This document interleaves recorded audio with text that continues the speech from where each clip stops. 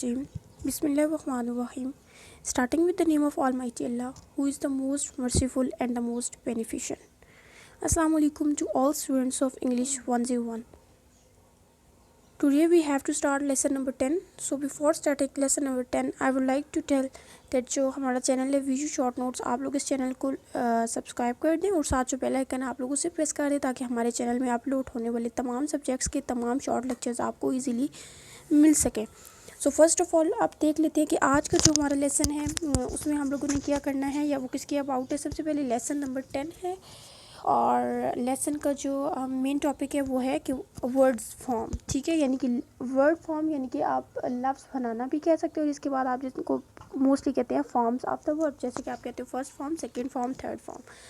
अच्छा, जो आपको हेडिंग दी गई है इट्स अबाउट मेन फ्रेम्स, ठीक है। मेन फ्रेम्स क्या होता है, यानी कि ये आपको कुछ पैराग्राफ्स दिए गए हैं और ये जो पैराग्राफ्स हैं या ये जो टेक्स्ट है ये सारा कंप्यूटर के बारे में, यानी कंप्यूटर कैसे काम करता है, कंप्यूटर के क्या बेनिफिट्स हैं, कंप्यूटर की क्या टाइप्स हैं, वो सारे आपको इसमें एक्सप्लेन कर दिया गया। जैसे कि मैंने हाईलाइट किया है मेन फ्रेम्स को।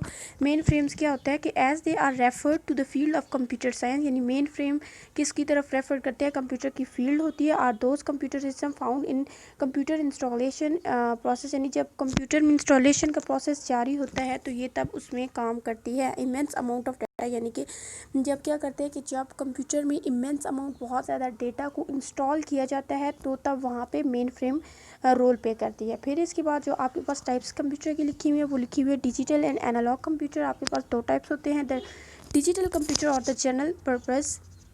डिजिटल कंप्यूटर को हम जनरल पर्पस कंप्यूटर भी कहते हैं। जनरल पर्पस कंप्यूटर मीन एक ऐसा कंप्यूटर जिसमें तमाम वो बेसिक आप लोग कह सकते हैं कि किसी भी इंसान की बेसिक नीड्स को जो मीट करता है उसको हम कहते हैं डिजिटल कंप्यूटर या फिर जनरल पर्पस कंप्यूटर। और यह है कि often makes about 90% of the large computer, यानी कि इसकी वजह से यानी कि 90% लोग जो है वो कंप्यूटर का इस्तेमाल करते हैं। इसके बाद नेक्स्ट है क्या है, द डिजिटल कंप्यूटर क्या होता है। Digital computer is like a gigantic cash register. Gigantic कहते हैं बहुत ज़्यादा बड़ा, ठीक है। Digital computer is like a gigantic cash register in that it can all calculation in step, यानी तमाम की तमाम जो कैलकुलेशन है वो मराहिल में परफॉर्म करती है, स्टेप्स में करती है। स्टेप्स में जैसे कि step number 1, step number 2, 3 and so on, यानी कि वन आफ्टर वन। जैसे कि उन्होंने लिखा है at tremendous speed ever the great accuracy, यानी कि इसकी जो स्पीड होती है वो बहुत ज़्यादा फास्ट होती है। हम किसकी बात कर रहे हैं, हम डिजिटल कंप्यूटर की बात कर रहे हैं। और इसके अलावा यहाँ पे जो एक्यूरेसी होती है वो भी 110% ठीक होती है। इसके बाद आपके पास प्रोग्रामिंग का लिखा हुआ है। प्रोग्रामिंग किसे कहते हैं कि digital computer programming is by for the most commonly used, यानी कि कंप्यूटर के अंदर सबसे ज़्यादा जो इस्तेमाल होने वाली चीज़ होती है उसको हम प्रोग्रामिंग कहते हैं। और in the electronic data processing of business और या स्टैटिस्टिकल पर्पसेस, यानी कि जिस भी हम ऐसे मकसद के लिए यूज़ करें, ठीक है। और बाकी आपको जो पैराग्राफ है इसे आप लोगों ने रीड कर लेना है। नेक्स्ट देख लेते हैं कि क्या है। अब हमारी एक्सरसाइज स्टार्ट होगी। एक्सरसाइज में सबसे पहले हमने मेन आइडिया फाइंड आउट करना है। तो मेन आइडिया क्या होता है, जैसे कि मैंने आपको आई थिंक लेक्चर नंबर 3 या लेक्चर नंबर 4 में मैंने आपको बताया था कि मेन आइडिया को हम स्पोर्टिंग आइडिया भी कहते हैं। और स्पोर्टिंग आइडिया मतलब जिसको हम उर्दू में कहते हैं मरकज़ी ख्याल। मरकज़ी ख्याल में नहीं कि हमने just to the point answer बताने हैं। फॉर एग्जांपल आपने जैसे कि पीछे एक इतना बड़ा पैराग्राफ रीड किया, टेक्स्ट रीड किया, उसके बाद आपको क्या हासिल हुआ, आपको क्या लगता है कि उसकी क्या मेन बात है, उसको बोलते हैं मेन आइडिया, ठीक है। ये देखिए इसके आंसर्स भी दिए हुए हैं।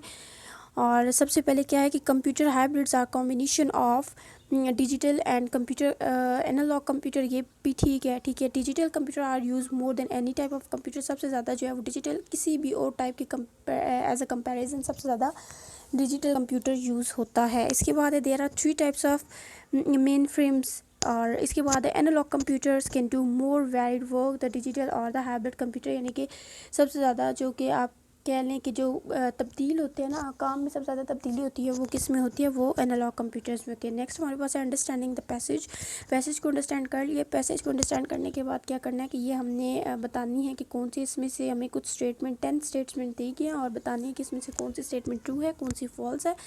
और जो स्टेटमेंट फॉल्स है उसके हमने रीज़न बतानी है कि कौन क्यों, क्या रीज़न है वो क्यों फॉल्स है, यानी उसको हमने एक्यूरेट करके बताना है, ठीक है। तो उसके हम लोग डायरेक्ट आंसर्स देख लेते हैं।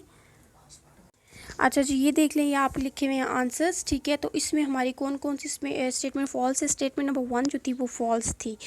अच्छा, देख लेते हैं कि स्टेटमेंट नंबर 1 में उन्होंने क्या कहा हुआ था।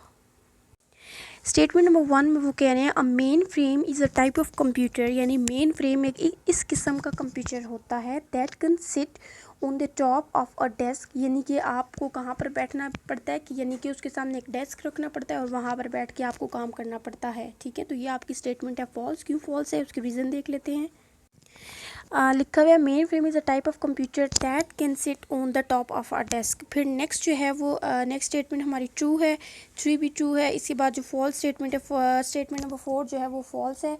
क्यों? क्योंकि यहाँ पर कहा जा रहा है the analogue computer is a far smaller than a digital computer therefore occupies the very little space, यानी कि वो कहता है कि जो आपके एनालॉग कंप्यूटर है वो बाकी तमाम कंप्यूटर या डिजिटल कंप्यूटर की निस्बत जो है वो कम जगह घेरता है। ठीक है। अच्छा, आपके हैंड्स आउट में इन्होंने ना रीज़न नहीं बताई हुई है।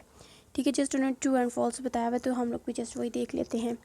अच्छा, नेक्स्ट आपकी स्टेटमेंट नंबर जो 6 है वो फॉल्स है। क्यों फॉल्स है? यहाँ पर कहा जा रहा है the analogue computer does it calculation one step at a time, के जो एनालॉग कंप्यूटर होता है ये बात तो गलत है। आपने एक ही स्टेप में नहीं बल्कि वो नंबर ऑफ स्टेप्स करता है, यानी पहले 1 देन 2 देन 3, यानी कि 1 आफ्टर 1। ठीक है, नेक्स्ट जो है वो आपके पास 7 है और 7 जो स्टेटमेंट है वो भी आपकी फॉल्स है। तो उसमें क्या है कि digital computer continuously work out calculation, यानी कि वर्कआउट यानी कि हर टाइम जो डिजिटल कंप्यूटर है वो कैलकुलेशन करता रहता है, ये भी आपकी होगी फॉल्स स्टेटमेंट। नेक्स्ट आपकी स्टेटमेंट नंबर जो 7 फॉल्स होगी। 10 है वो क्या है? अच्छा, 10 में क्या है कि mainframes technology has reach the end of the road, no further development is needed. तो ये भी आपकी स्टेटमेंट नंबर हो गई फॉल्स। नेक्स्ट क्या है कि locating the passage in the text where the following ideas are expressed, give the line reference, यानी कि हमने रेफरेंस देनी है कि कौन सी लाइन को कहाँ से उठाया गया। तो इसको हम डायरेक्ट आंसर्स देख लेते हैं। ये हैं आपके आंसर। सबसे पहले क्या है कि find the passage in the text where the following ideas are express, give paragraph reference. अब पैराग्राफ जो आपका फर्स्ट सेंटेंस है, फर्स्ट आपकी स्टेटमेंट है, उसको पैराग्राफ नंबर 1 से लिया गया। इसके बाद जो आपकी स्टेटमेंट नंबर 2 है उसको पैराग्राफ 3 से लिया गया है। जो आपकी स्टेटमेंट नंबर 3 है उसको पैराग्राफ 1 से लिया गया है। जो स्टेटमेंट 4 है उसको पैराग्राफ 2 से लिया गया। जो स्टेटमेंट 5 है उसको पैराग्राफ 2 से लिया गया है। और जो आपकी स्टेटमेंट नंबर 5 होगी, 6 जो है उसको पैराग्राफ 1 से लिया गया, 7 जो है उसको 2 से लिया गया, एंड जो आपकी स्टेटमेंट नंबर 8 है उसको पैराग्राफ 2 से लिया गया। नेक्स्ट ये है कि कॉन्टेक्चुअल रेफरेंस, यानी कि अगर हमने बताना है अगर विच है तो वो किसको रेफ़र कर रहा है। ठीक है, इट है तो वो किसको रेफ़र कर रहा है। अब विच है, विच कैन बी एग्जीक्यूटेड। ठीक है, it which can be executed, which paragraph number 1 में आया और ये इंस्ट्रक्शंस की तरफ इशारा कर रहा है, यानी कि इसकी रेफरेंस जो है वो इंस्ट्रक्शंस है। नेक्स्ट इट है, इट जो है वो पैराग्राफ नंबर 2 में है और इसको किसकी तरफ रेफरेंस किया गया, यानी जर्नल पर्पस कंप्यूटर की तरफ इशारा कर रहा है। दैट है, दैट को जो है डेटा के साथ किया गया। फिर इट है, इट को डिजिटल कंप्यूटर के साथ, अगेन इट है, इट को एनालॉग कंप्यूटर के साथ। फिर स्टेटमेंट नंबर 6 में जो बोथ यूज़ हुआ है, बोथ जो है वो डिजिटल एंड एनालॉग दोनों की तरफ इशारा किया जा रहा है, यानी दोनों का रेफर वर्ड है। फिर आपके पास डैट है, डैट जो है वो जस्ट इलेक्ट्रॉनिक कंपोनेंट्स की तरफ रेफरेंस दे रहा है, कंपोनेंट या फिर इलेक्ट्रॉनिक कंपोनेंट्स की रेफर दे रहा है। ठीक है, फिर नेक्स्ट है हमारे पास सिनोनिम्स। तो सिनोनिम्स क्या होते हैं कि वर्ड जिनका क्या होता है हैविंग सिमिलर मीनिंग्स, एक जैसे जिनके मीनिंग्स होते हैं वो। अब एरिया है तो एरिया का सिनोनिम होगा field, acted on, executed, do का होगा अकॉम्प्लिश्ड, कंपोज्ड ऑफ का होगा कंसिस्टिंग ऑफ, प्रिंसिपली का होगा इसेंशियली। फिर हमारे पास एंटोनिम्स है। Antonyms mean words which have opposite meanings, यानी कि जो जिनको हम उर्दू में कहते हैं अल्फाज मुतज़ाद। इग्नोर्ड कि क्या है, deal with, seldom, often, little, gigantic, small, बल्कि, वीक, पावरफुल। ठीक है, नेक्स्ट हमारे पास है कि फॉर्म्स ऑफ द वर्ब, यानी जिसको हम कहते हैं ना वर्ब की फॉर्म, जैसे first form, second form, third form. तो ये जो नेक्स्ट हमने पैराग्राफ करना है उसमें नेक्स्ट जो हमने एक्सरसाइज करनी है उसमें हमने बताना है, उसमें हमने पुट करना है कि यहाँ पर कौन सी form of the verb use होगी। ये एक्चुअली आपका जो चैप्टर है this is totally solve chapter. ठीक है, आप देखिए जैसे कि आपके पास फर्स्ट है it is usually not permitted, यहाँ पे हमने कौन सी फॉर्म लगाई है, यहाँ पे प्रीमिटेड। नेक्स्ट पे हमने प्रीमिट लगा दिए, देन फिर परमिशन। फिर इसी तरह आपके पास वर्ड है कॉन्टिन्यूशन है, कंटिन्यू है, कॉन्टिन्यूइंग है, कॉन्टिन्यूसली है। तो फर्स्ट में आ गया कंटिन्यू, सेकेंड में आ गया कंटिन्यूसली, फिर आ गया कंटिन्यूइंग। फिर है हमारे पास मेयरमेंट, मयर्ड, मयर्ड, मयरेबल। तो फर्स्ट में हम लोगों ने क्या लगा लिया, फर्स्ट में हमने लगा लिया मयरमेंट, सेकंड में लगा लिया मयर्ड, एंड जो सी है उसमें हमने लगा लिया मयर। ठीक है, इसी तरह फिर उन्होंने डायरेक्ट आंसर्स दिए हुए, एसोसिएटेड होगा, एसोसिएशंस होगा, एसोसिएट्स होगा, फिर एफिशिएंटली, एफिशिएंसी, ठीक है। और ये जी उन्होंने आपको एक फिल इन द ब्लैंक्स दी हुई है, वर्ड बैंक दिया हुआ है, वहाँ से हमने बताना है कि कौन सा वर्ड कहाँ पर आता है, और ये नीचे उन्होंने सॉल्व की हुई है। फर्स्ट में आपके पास आएगा the hybrid computer system is a computer which has combined the features of both the digital and analog computer. It is used mainly in specific research. Next में आपके पास है डैश कंप्यूटर, यानी कि digital computers get their name from the word digits, ठीक है, from the word digit. These are a single character numbers that make up a digit, ठीक है, digits in which the क्या है, in which the data are presented to the computer for processing. Dash are usually found in large, in dash are usually found, codes are usually found in large, dash are the usually dash are क्या, यानी कि आपके पास usually है computers are usually found, या फिर आप कह सकते हो कि इसमें आपने क्या लगाना है,